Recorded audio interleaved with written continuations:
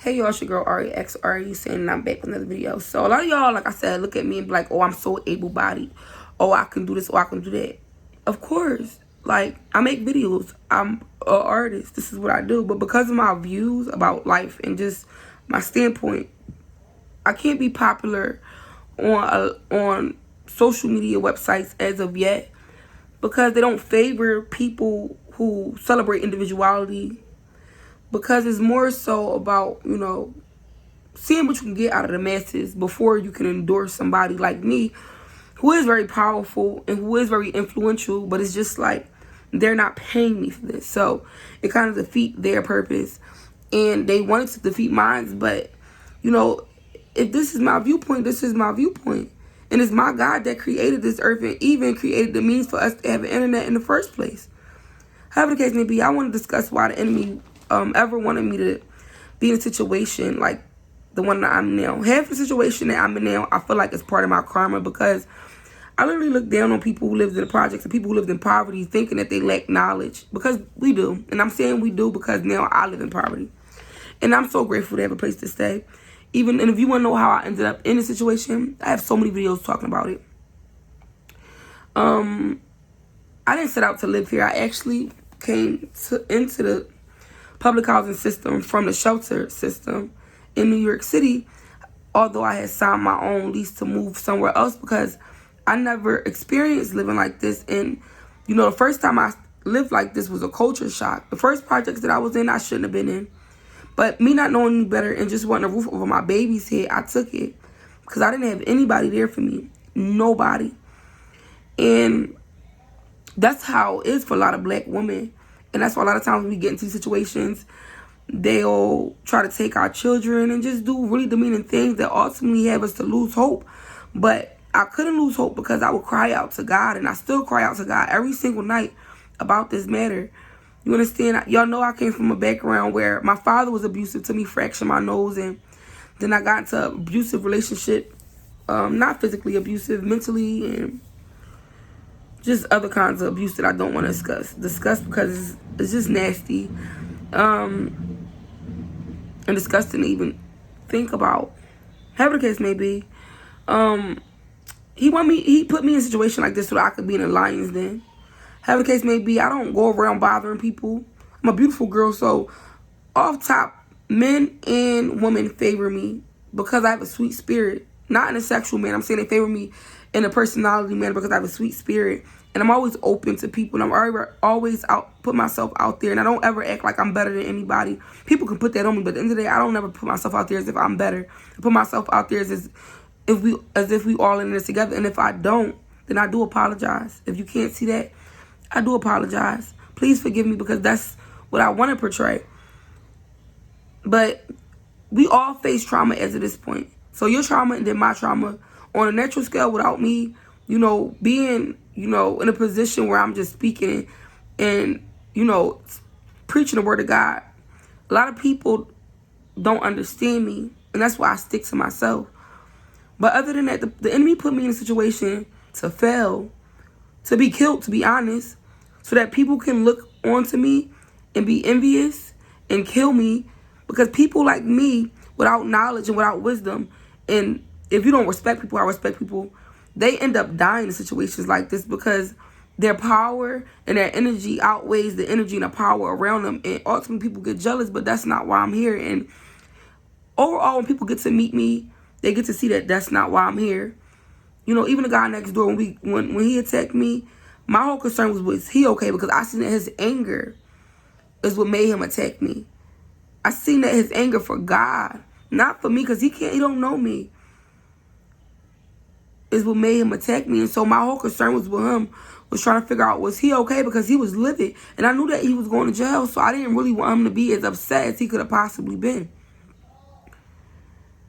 Other than that, he just put me in situations like this also to annoy me. And it's like, oh, you can go make money and do this. No, you can go make money like stripping or having sex with men. No, I cannot do that. I put my poetry out online. There are people who do the same things, who get views that turn into money. But that doesn't happen to me, so that depletes one form of income. Then I tried to work a regular job. That depletes another form of income. But a lot of these people are lost, misguided, and they have a resentment in their heart towards God, and it plays out in their everyday life, even their work life. I remember going to work before I was being harassed by a girl who worked there. I remember going to work and people coming in and just saying, who they voted for, and they were really happy about it and congratulating one another for it and really just dancing out in the middle of the street, about foolishness. And so that right there can just show you, it showed me what type of people I worked around. And it's not that I'm too good. It's literally that I have a purpose. You understand? And that's why after I got fired from that job for being harassed, because that's what it was, I applied for unemployment and didn't receive it. And it's not even about that, because that's just a tactic of the enemy to get me upset. But God has been good to me. Literally, he places me in situations around people to be like this in particular situation. God is going to use it to his glory. And I pray for that every day. But it was just for me to fail. I was put here to fail. I was put here to lose hope, to give up on something that is not even mine to give up on. My life is not my life. And Satan knows that. I'm literally alive by the grace of God. Not supposed to be here. But God kept me and continues to keep me day by day. And that's a testimony within itself. Because God is a good God. He raises the sun on the wicked and the just. That's what he said to me. So I'm in a situation where people around me lack knowledge. They don't want the knowledge at this point because it's like they feel like knowledge serves them no justice, and so that is what keep them bound and suffering. But here's a time to where if you obtain the knowledge that's necessary for you to survive, that's your knowledge and can't nobody take it from you. Because that knowledge will set you free in these times, in these moments. God sent his only begotten son to die for me, so I'm not a sacrifice. And that's why I've made it thus far throughout the pandemic. And by the grace of God, I pray that I continue to make it alongside my son. But he put me here, one, for people to be jealous of me. Two, for me to be in a position where, I'm the best person around me, and it sucks. And it feels like it sucks for me to be in a situation like this. But God is love. And that's what God has shown me. Even, that's what God has shown me. I'm not too good. Period, point blank. Because I believe that it was a time where I felt like I was too good to experience this. Not only to handle what it is that he wanted me to handle, but it's also personal. Personally, I was looking down on people. Personally, I didn't understand this. Personally, I really thought I was better than this. But nobody's too good to ever go through nothing like this.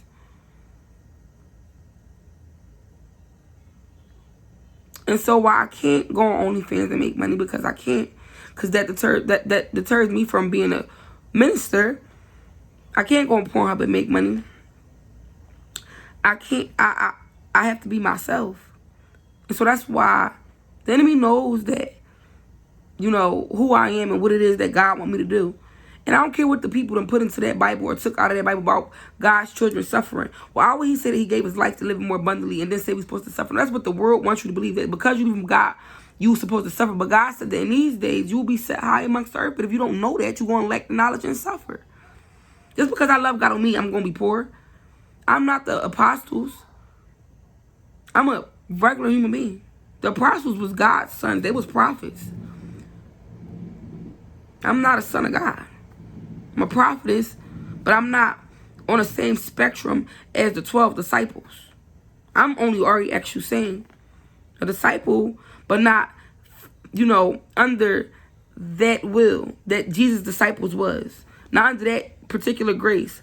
Not those type of people.